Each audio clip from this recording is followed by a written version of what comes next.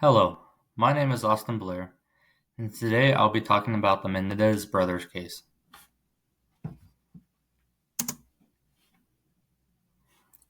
Childhood sexual abuse is a significant issue in the United States and is a controversial topic when addressed in the legal system when prosecuting and convicting offenders who have experienced significant childhood trauma.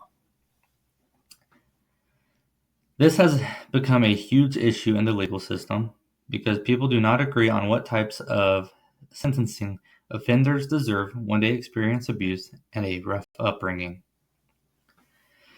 Some people think that due to the psychological issue, offenders who have experienced abuse should be sentenced differently than a typical case.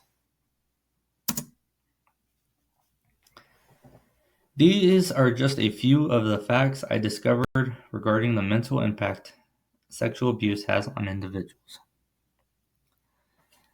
As many as 16% of men in the United States experience childhood sexual abuse. Unresolved sexual abuse trauma has the potential to inflict social, psychological, physical, sexual, and family damage.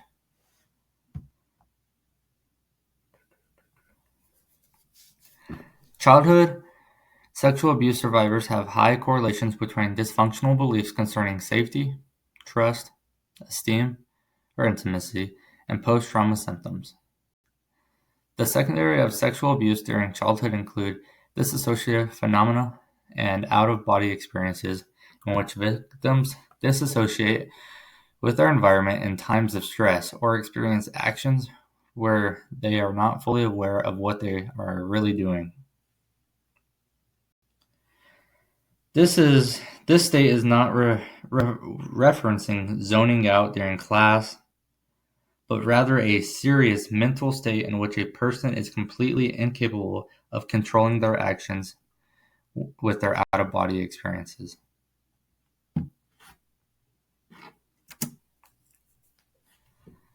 The American Dream.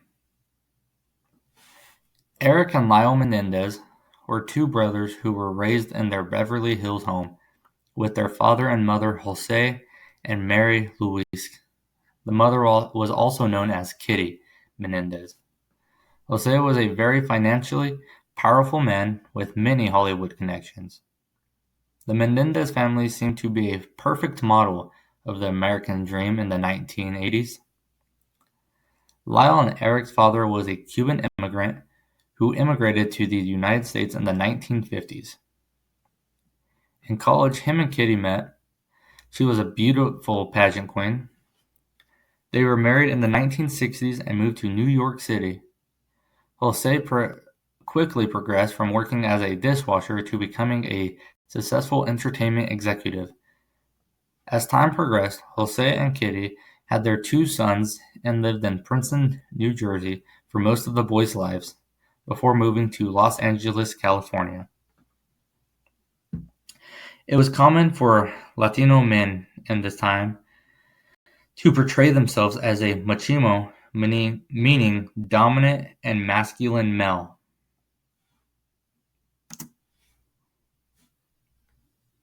Eric and Lyle Menendez. And like I just said, how Latino men can portray themselves being dominant and masculine. This shows for Eric and Lyle and most of their lives and what they had to deal with.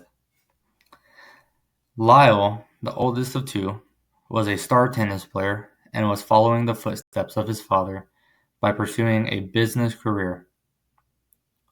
Lyle was enrolled in Princeton University before being suspected for plagiarism. Eric was also a star tennis player and was a nationally ranked player in his age bracket. However, Eric sometimes rebelled against his father, taking part in a string of burglaries in 1988. He attended court-ordered therapy with Dr. Jerome to avoid jail time. Jose obsessively intervened in his sons' lives, including academics, sports, dating, etc. He was known for being a hard, driving father who gave his children no other choice than to be successful in everything they did, which is how he was raised the same way. However, behind the closed doors, Eric and Lyle did not have the upbringing that was seen publicly. According to the boys, Jose allegedly molested both of them for years. Lyle from the ages of 6 to 8, and Eric from the ages 6 to 18. Eric testified that after his swimming lessons or tennis lessons, his father would give him massages. However, these massages slowly progressed into gentle areas and later involved objects and penetration. Lyle also reported similar incidents of sexual abuse. The boys claimed that Kitty was also aware of the abuse going on. However, she didn't do anything to stop it.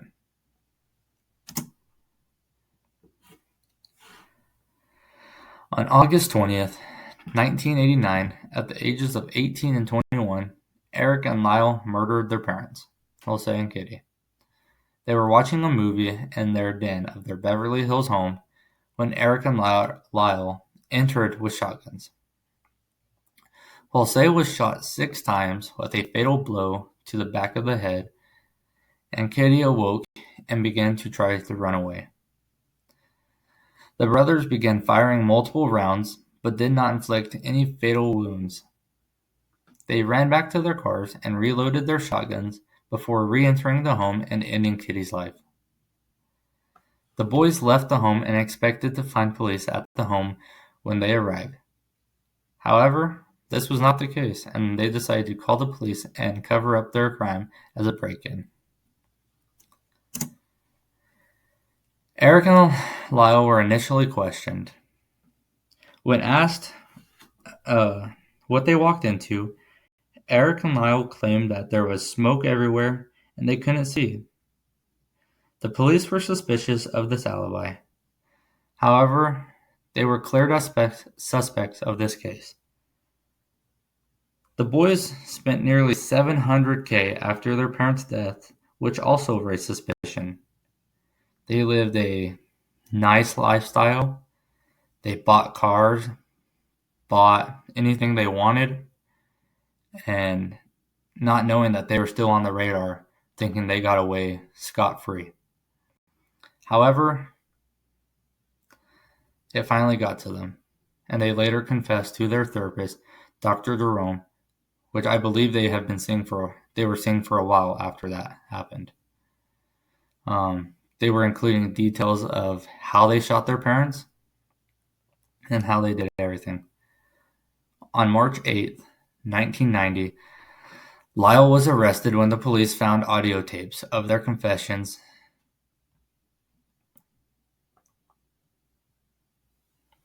Three days later, on March 11th, Eric turned himself in. The boys were arraigned in Beverly Hills Municipal Court on March 26, 1990, entering pleas of not guilty.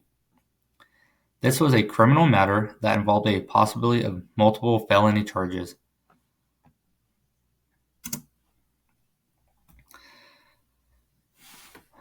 Leslie Eberson defended Eric Menendez, and Jill Lansing defended Lyle Menendez.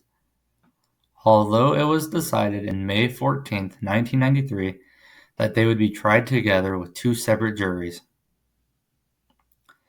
The defense argued that the killings were committed after Lyle learned that Eric had been sexually abused by their father. The defense claimed that Lyle and Eric had no other choice than to kill their parents. They did it out of fear and desperation and believed their parents were powerful enough that it was the only way they would be free from the abuse. And I can personally see that, knowing the connections and the power and the money that his parents had. I mean, his father was a very rich man, and in that time and era, I mean, who knows how that could have played out. And it could have just made it worse for the 2 boys. Testimonies from both Eric and Lyle and family and friends were used to demonstrate the emotional trauma that led to their crimes. After about 7 years of trial, they were finally sentenced. After a penalty phase of 3 weeks, Lyle and Eric Menendez were firmly sentenced to 2 consecutive terms of life in prison without the chance of parole on July 2nd, 1996, for the murder of their parents.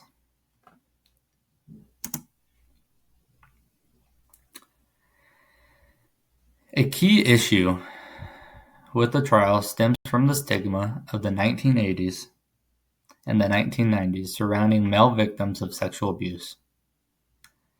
At the time, there was no advocacy for or education regarding men suffering from sexual abuse or mental health issues.